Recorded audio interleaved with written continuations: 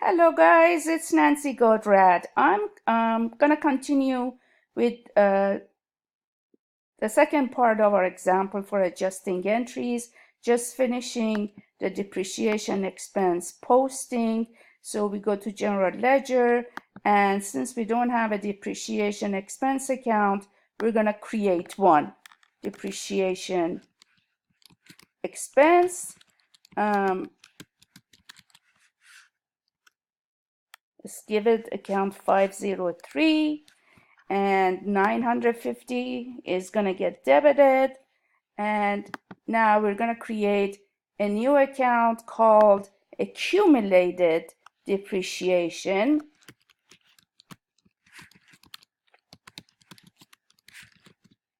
Dash equipment. And this account is not an asset. It's opposite an asset, meaning it reduces the asset. So if the asset has a normal balance of debit, meaning it increases by debits, the accumulated depreciation increases by a credit. And that's its normal balance. The ending balance should be 950 for this example. Where does it show up in your general ledger? It shows up right after the asset that it's accumulating its depreciation. So for us, it would be right after equipment in the asset section. So even though it's not an asset, it will show up in the asset section. So we're going to put the account numbers 503 and 10. I think I used 105. Let's see. Yes, 105 in here. Okay, now we're done with this.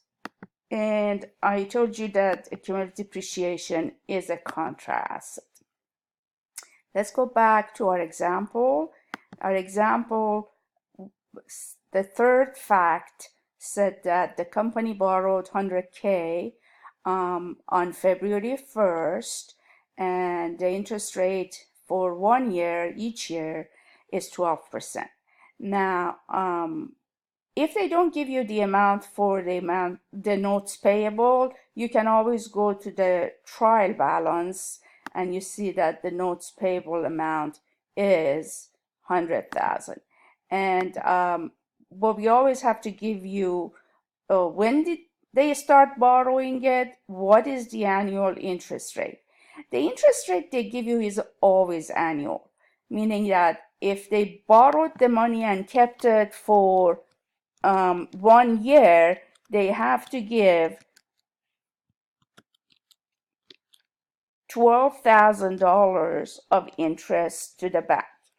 However, so far for this company, we borrowed it in February. So for the entire February, we owe the bank interest, and for the entire March, we owe the bank interest.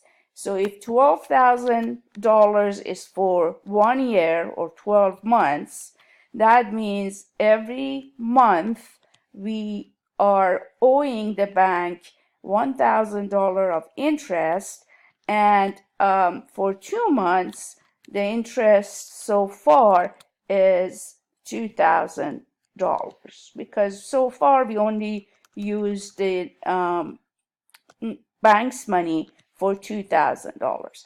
Now, in this chapter, our borrowings, the amount that we borrowed, which is called principal, and the interest will be paid when the loan is gonna be given back, the amount given back to the bank, meaning when the principal is due. So we're gonna not pay every month the amount of interest. We'll wait until the due date arrives, and they haven't told us when is the due date. In real life, you would know. So we went over this. Now let's put the journal entry in the general journal. The cost of borrowing is called interest expense. So use of the resources of the bank creates an expense called interest expense. And since we haven't paid it to the bank yet, we're going to credit a liability called interest payable for that $2,000. Again, I wrote the calculation here so you have it in one place. In reality, you don't write the calculations here. And the date is 3/31. So let's go post this into the general ledger. We don't have an account called interest expense, so we're going to create account interest expense in here and give it a account number 504, and we're going to put $2,000 in it, and we're going to have a new payable called interest payable. So the interest should not be put into the notes payable, meaning the principal. Notes payable should always show the principal, in this case the 100K. And interest payable is going to show how much interest so far we owe the bank. So account 204. And now we're going to put the posting here, the account numbers in our general ledger. So 204 for my payable, and it was 504 for the interest expense. Okay, so if you have noticed, in this couple of examples, we have debited an expense, and the first one we credited an asset, the second one we credited a contra asset, and this one we credited a liability. So if we don't prepare these adjusting entries, two of our financial statements will be incorrect. One would be income statement, because these expenses will go in income statement. The other one would be our balance sheet, because the asset and contra asset and liability will show up in balance sheet. By the way, guys, please remember that adjusting entries will never ever affect cash. So cash is not involved in preparing adjusting entries. Let's go back to the next data that they gave us. They told us that 2 days of wages is owed to employees. Employees worked for us. However, by the end of March 31st, the pay date falls, let's say, on April 2nd or 3rd.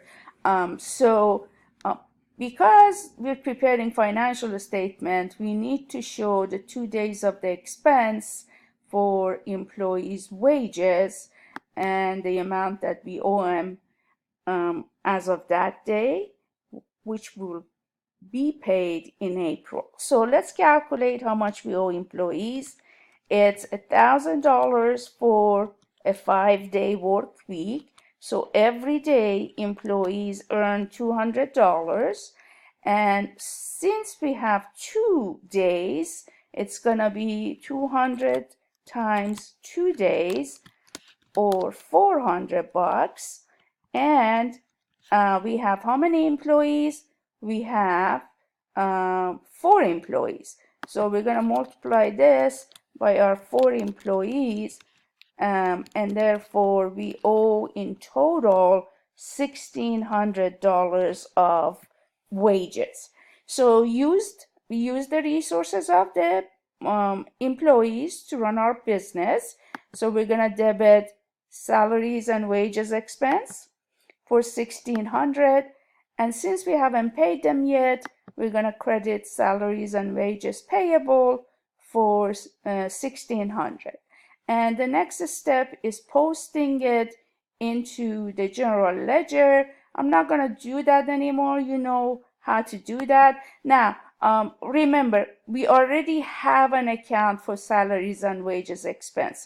So the $1,600 is going to be debited to this account, and then you arrive at the ending balance of the salaries and wages expense.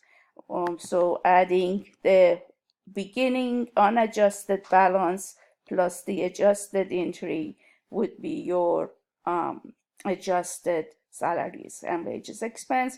And I told you I'm not gonna post it, but it looks like I am doing it. Salaries and wages payable, which is 1,600, so a new liability. If we don't have the account, you need to create it. If we do have it, just use the same account, such as in this case, salary and wages expense. And then you put the account 500 and account number 205 in your reference column of your general journal. The next adjusting entry, hopefully we can get to it in this 15-minute video, is about supplies. They say they have left, on hand means left, $600 of supplies as of March 31st. So we need to know how much is our supplies when we, as of March 31st, unadjusted balance is $2,000. So if we only left with 600, we must have logically